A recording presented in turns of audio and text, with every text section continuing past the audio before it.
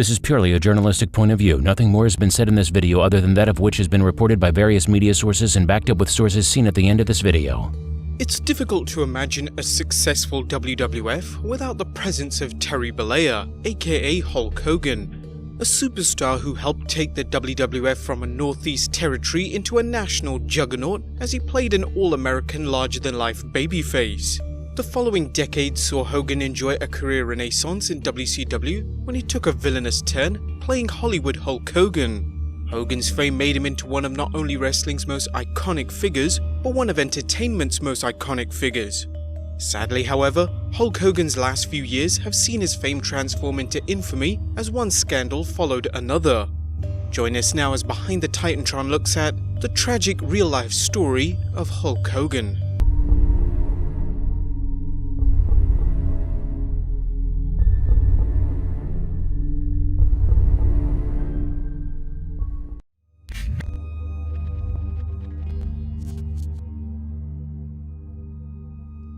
As amazing as Terry Bollea's rise to stardom was, he struggled like many young wrestlers, even quitting the sport in frustration over long travel hours and low payouts.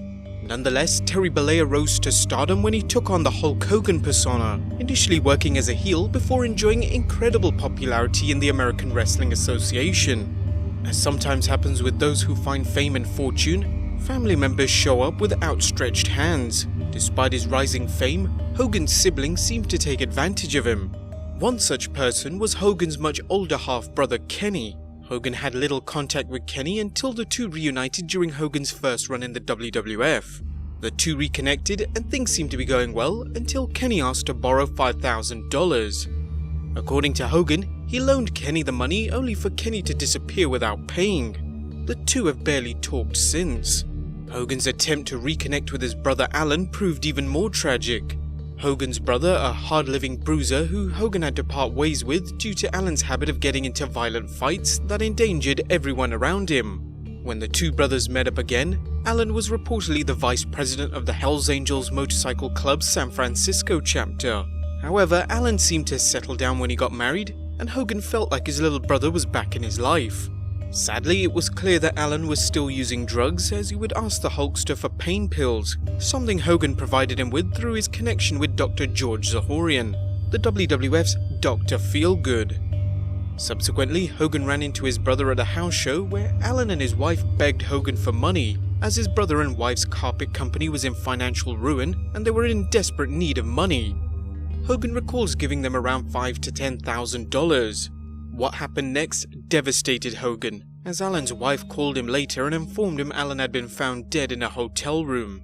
Hogan recalled, "Apparently Alan took all the money I gave him, and rather than paying off his bills or getting a handle on all his shit in his life, he went out and bought a boatload of whatever his drug of choice was. I guess I'll never know if it was on purpose or not. My big-time wrestling career and big fat wallet made it possible for my brother Alan to die that night." The only good thing that seems to have come out of the tragedy is that Hogan claims he stopped using cocaine, a drug he'd been using increasingly like many other celebrities during the 1980s.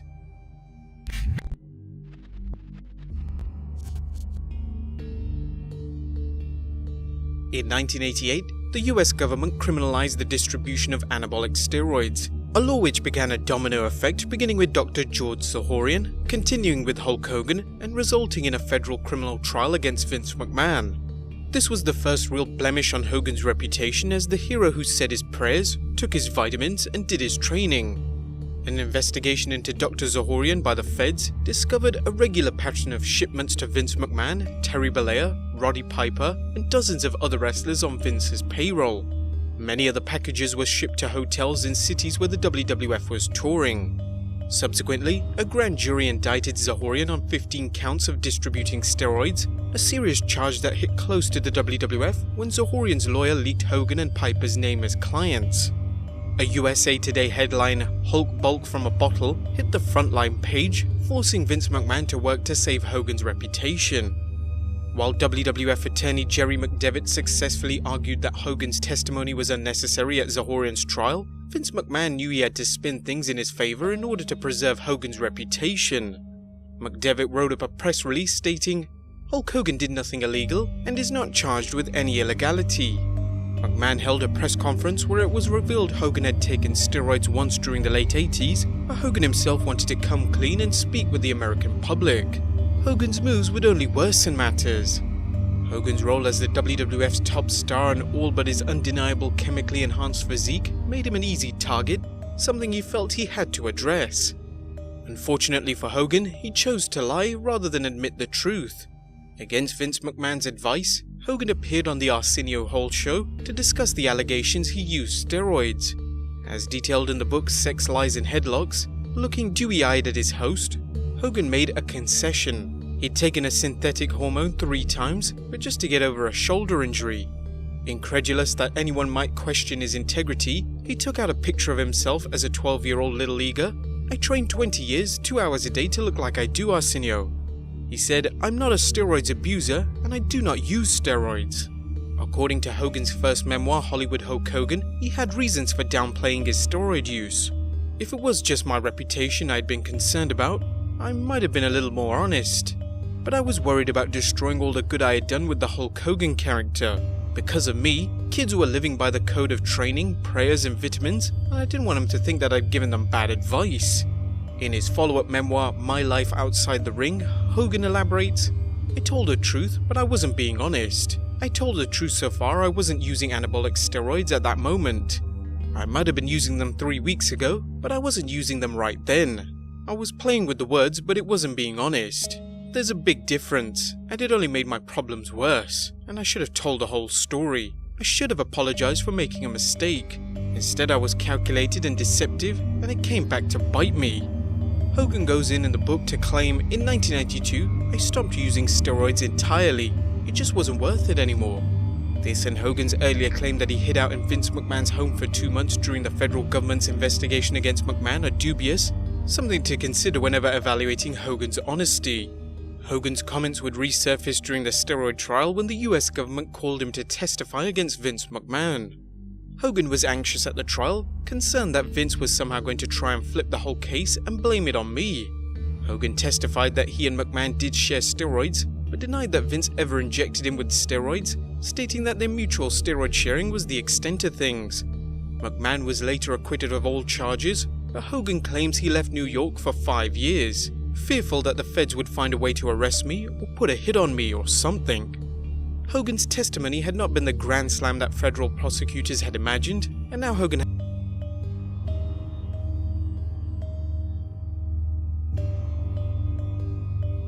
ever ready to diversify his earnings, Hulk Hogan brought into Pastamania, a Hulk Hogan-themed pasta restaurant located in Minnesota's Mall of America.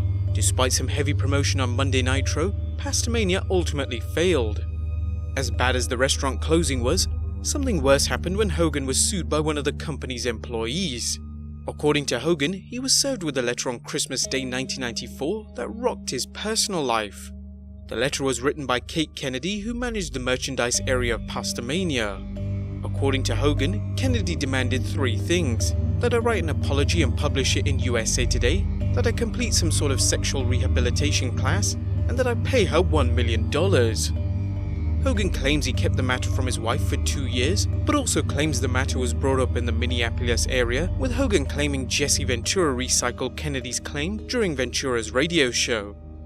So what was the Kennedy's case about? According to Kennedy, she was sexually assaulted by Hogan. The alleged assault occurred just 2 days before the launch of WCW's Monday Nitro program in September of 1995. Kennedy was a publicist for Hogan's failed restaurant endeavor called Pastamania. She alleged that she met Hogan at the Marriott Hotel in Bloomington, Minnesota to talk business. During the course of their meeting, Hogan allegedly became rough with Kate Kennedy and allegedly forced his penis into her mouth. Hogan refused Kennedy's demand, and Hogan's attorney filed for a lawsuit against Kennedy and her attorney, arguing the two were trying to extort his client. Once the lawsuit was filed, Kennedy and her attorney made her claims public. At some point, Hogan told his wife about the case, which was settled out of court for an unknown figure due to both parties signing a non-disclosure agreement. Hogan claims in his book that the lawsuit caused a rift in his marriage with Linda, threatening divorce, despite the Hulkster pleading he was innocent.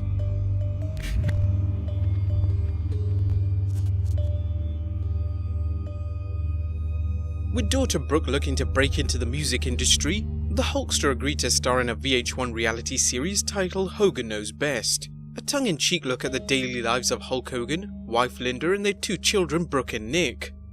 Nick Hogan was a racing enthusiast and drove on racing courses in order to satisfy his need for speed. Nick's friend John Graziano came from a troubled home and became close not only to Nick, but the entire family.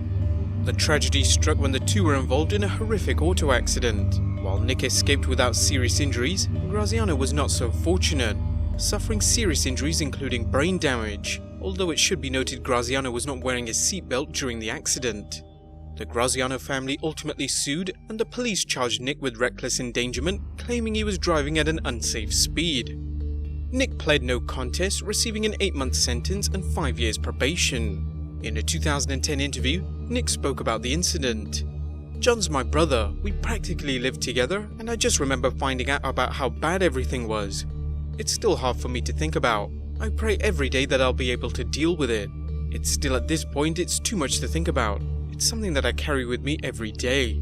Because Nick was a minor at the time of the accident, Hogan was liable for the accident and the Graziano family sued him. The case was eventually settled in 2001 for an undisclosed amount.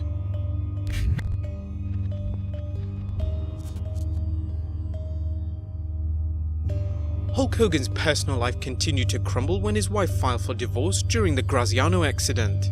According to Hogan, the couple had been fighting for years, with Hogan claiming Linda put him through emotional abuse, including verbal abuse towards him and his children.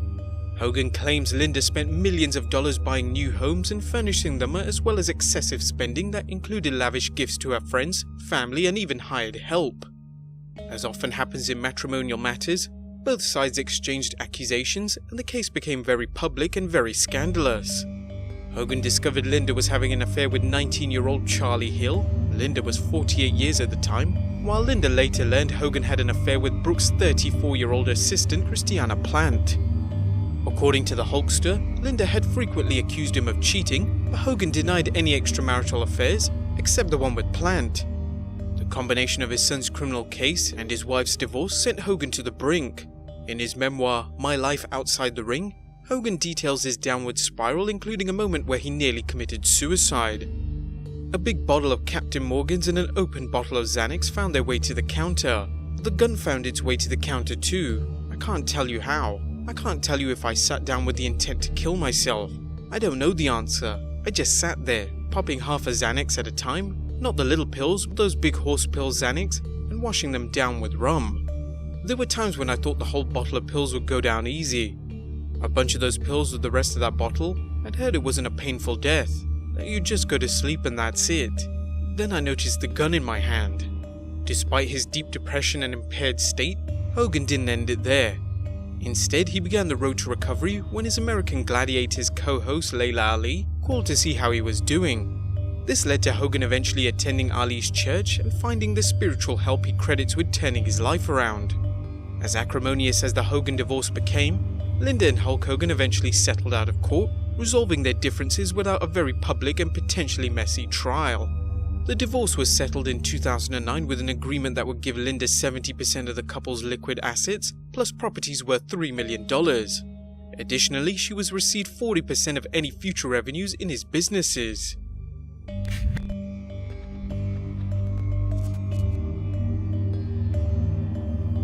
Although Hogan was not going to continue in the WWE as an in-ring performer, his prestige allowed him to serve as the WWE ambassador, appearing at events such as Wrestlemania. That is until a sex tape surfaced of Hogan and Heather Clem, wife of disc jockey Bubba the Love Sponge. The tape was shocking on several levels, as it revealed an unsavory side of Hogan's persona, as well as a racist one. In 2016, transcripts of the tape were released during Hogan's trial against the website Gawker. It's believed Hogan and Clem made 3 tapes, 2 in 2007, and the third at an unknown date. The tape contains an interesting look in Hogan's mindset, as revealed in a 2016 story by the Daily Mail, documenting some of Hogan's discussions with Clem. Hogan also talks about his son's girlfriend, saying Nick's girlfriend is only 17. She has a killer fucking body. The other night, Nick is out and his dogs are playing tug of war with Nick and his girlfriend's underwear. Then Nick has another girl who's even hotter in Orlando. Then she wants to be the first to get me if I'm divorced. Hot commodity. As bad as the tape's release was for Hogan's reputation as a family man, it paled to the racist language contained in the tape. During the tape, Hogan shared pillow talk with Clem that showed a vile side of his character. The WWE took immediate action, removing Hogan from its Hall of Fame and releasing him. While some fans questioned the WWE's action in light of Vince McMahon's racist language, Hogan's expulsion stood for years. Hogan had his share of defenders as well as people who assailed his comments. Some African American wrestlers who had worked alongside Hogan reported never seeing any racism in his character. Others were unwilling to give him the benefit of the doubt. Hogan's attempt to apologize included some questionable comments such as the following: "I'm not a racist, but I never should have said what I said. It was wrong. I'm embarrassed by it. People need to realize that you inherit things from your environment. And where I grew up was South Tampa, Port Tampa, and it was a really rough neighborhood, very low income. And all my friends, we greeted each other by saying that word."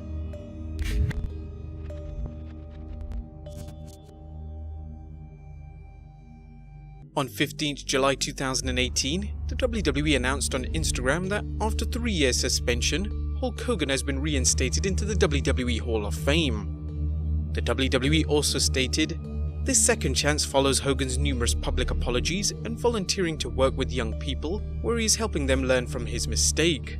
These efforts led to a recent induction into the Boys and Girls Clubs of America Alumni Hall of Fame."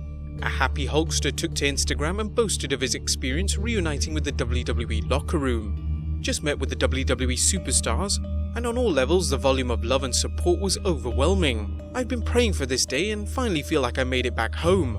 Only love for the WWE Universe, brother." The WWE decided to reinstate Hogan into its Hall of Fame, feeling he had made a substantial effort to atone for his words. The New Day issued a statement concerning Hogan's reinstatement, a sign that Hogan's remarks continued to affect persons of color. "When someone makes racist and hateful comments about any race or group of people, especially to the degree that Hogan made about our people, we find it difficult to simply forget, regardless of how long it was or the situation in which those comments were made.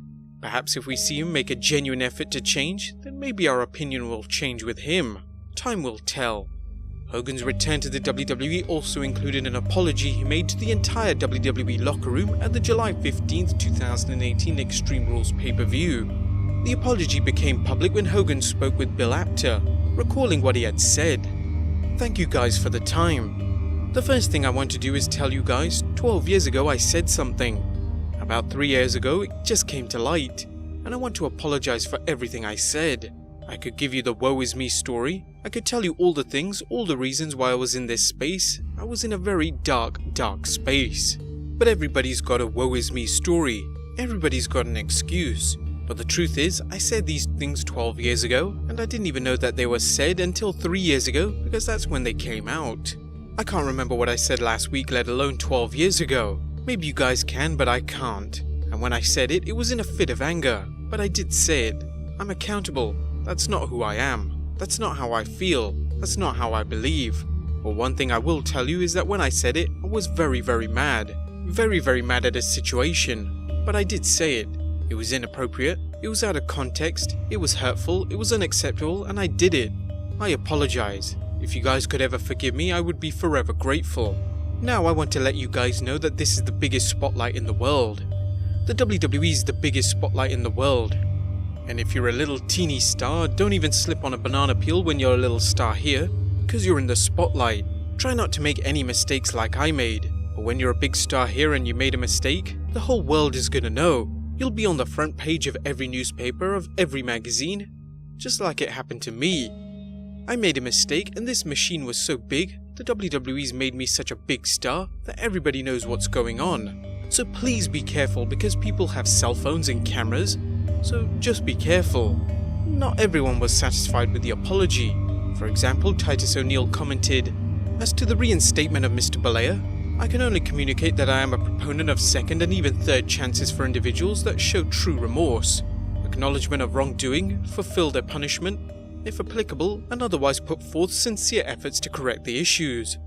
Unfortunately, I must also echo the sentiment and dissatisfaction expressed by many of my fellow contemporaries concerning Mr. Bollea's apology and his lack of true contrition, remorse, and a desire to change. Mr. Bollea's apology that he didn't know he was being recorded is not remorse for the hateful and violent utterances he made, which reprise language that he caused violence against blacks and minorities for centuries. O'Neil wasn't the only superstar who found fault with what he saw as Hogan focusing on the presence of cameras rather than the true remorse for his words. Hogan addressed the criticism afterwards, stating, "A lot of people accepted my apology, and a lot of people heard what they wanted to hear, and a lot of the narrative that came out of the meeting was on point. A lot of the narrative was really different because I was surprised to hear some people interpreted what I said that I was sorry I just got caught on camera. Whatever they interpreted, but I never said that. But I guess sometimes the media and people will go with the most negative narrative that can come out of there." Despite his setbacks, the Hulkster seems committed to personal redemption. Only time will tell how history judges both Hulk Hogan the man and Hulk Hogan the legendary wrestler. In the meantime, Hogan's personal life continues to have its ups and downs, with ex-wife Linda suing Hogan, claiming he has hidden assets from the divorce agreement. Furthermore, she is seeking part of Hogan's proceeds from the lawsuit settlement against Gawker, her legal argument being that, technically, due to the divorce settlement, Hogan doesn't own 100% of his image. He owns 60% of his image. Linda owns the other 40%. But there you have it, guys. The tragic real-life story of Hulk Hogan. Instead of putting a voting poll in the community tab this time, the next episode will be the final days of Rick Rude. We hope you can tune in for that one. But for the time being, let us know your thoughts on the episode in the comments down below. Follow us on Instagram and Twitter, and I'll see you next time with some more wrestling content.